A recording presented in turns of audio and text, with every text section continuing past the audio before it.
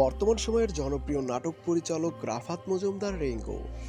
রাফাত মজুমদার রিংকুর পরিচালিত নতুন একটি নাটকে অভিনয় করেছেন এই সময়ের জনপ্রিয় অভিনয়শিল্পী খায়রুল বাশার।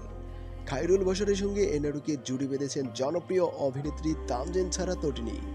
রোমান্টিক এক লুক নিয়ে এবার সত্য ঘটনা অবলম্বনে নির্মিত করা হয়েছে মহায়া ধামাকা নাটকটি। সোভিয়স জনপ্রিয় অভিনয়শিল্পী খায়রুল বাশার ও জনপ্রিয় অভিনেত্রী তামজিন ছাড়া তটিনীর অভিনীত নতুন এই নাটকটির নাম দেওয়া হয়েছে রঙিন আশা। নাটকটির শুটিংয়ের কাজ অনেক আগে শেষ হয়েছে, যার বেশ কয়েকটি শুটিং লুক ইতিমধ্যে দেখতে পেয়েছেন।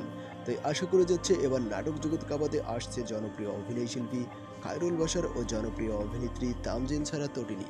সোভিয়স জনপ্রিয় অভিনয়শিল্পী খায়রুল বাশার ও জনপ্রিয় অভিনেত্রী তামজিন ছাড়া তটিনীর অভিনীত নতুন এই ধামাকা নাটক রঙিন আশা।